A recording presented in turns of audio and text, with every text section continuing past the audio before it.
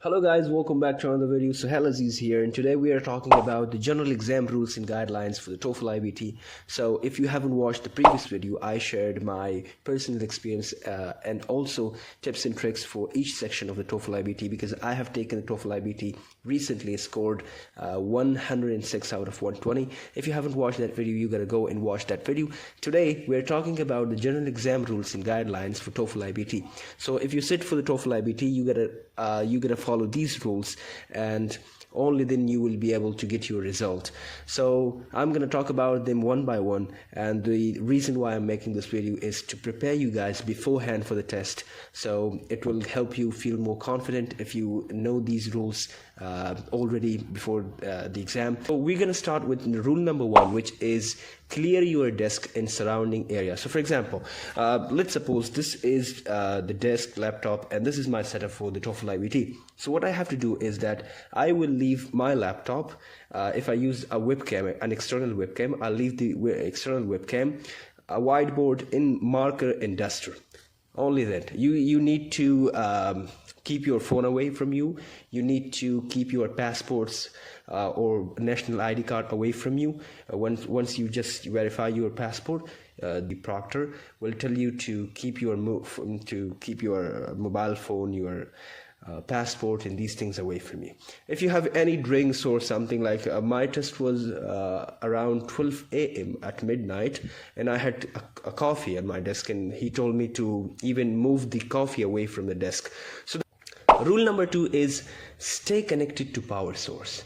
And the reason why this rule exists in the TOEFL iBT is because TOEFL iBT is 135 minutes long test, which is around 2 hours and 15 minutes. And if you add up the first initial steps of the test, which is like you gotta communicate with the proctor, you gotta show him your 360 view of the room.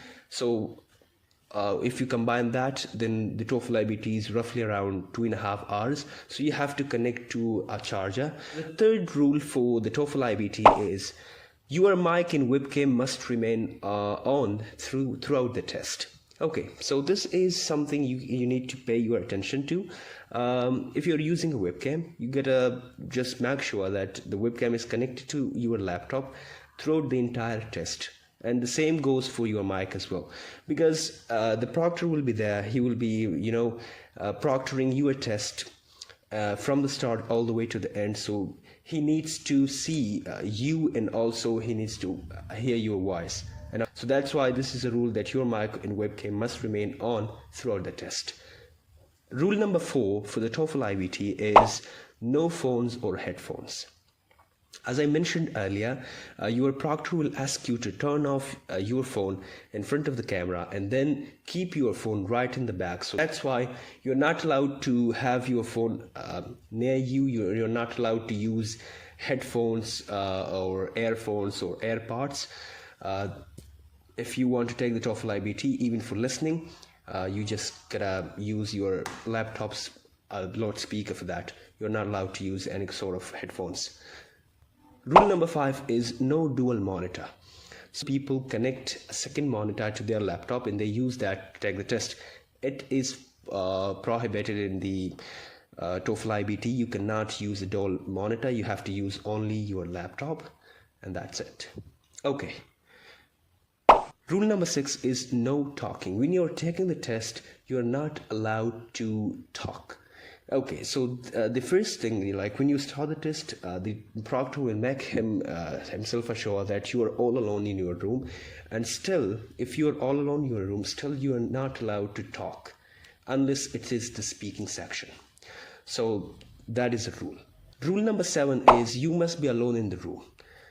Yeah, if you are taking the TOEFL iBT online edition, so you gotta be all alone by yourself. And the reason why this rule exists is because the TOEFL iBT wants you to take your test all by yourself, and it wants you not to get any sort of assistance.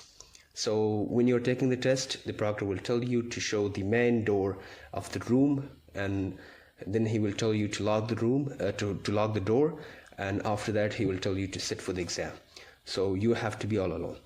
Rule number 8 is that you must stay in your seat. For example, this is the sofa and I'm starting my TOEFL iBT, so I have to sit right here and I'm not allowed to walk in the room during my test. So for 2 hours 15 minutes you gotta sit still and look at the camera. You're not even allowed to look away from the screen. That is a strict rule in the TOEFL iBT. If you do so, your test will be terminated. Rule number 9. Rule number 9 is you must be in view of the camera. And what it means is that, for example, this is my laptop's camera. I have to sit here and I have to be visible to the proctor, and I have to be visible in the camera as well. So if I move this side or that side, like if I move out of the camera's frame, then this is something okay, so then my test will be terminated by the proctor automatically. So you have to sit still and you have to be visible in the camera throughout the whole test.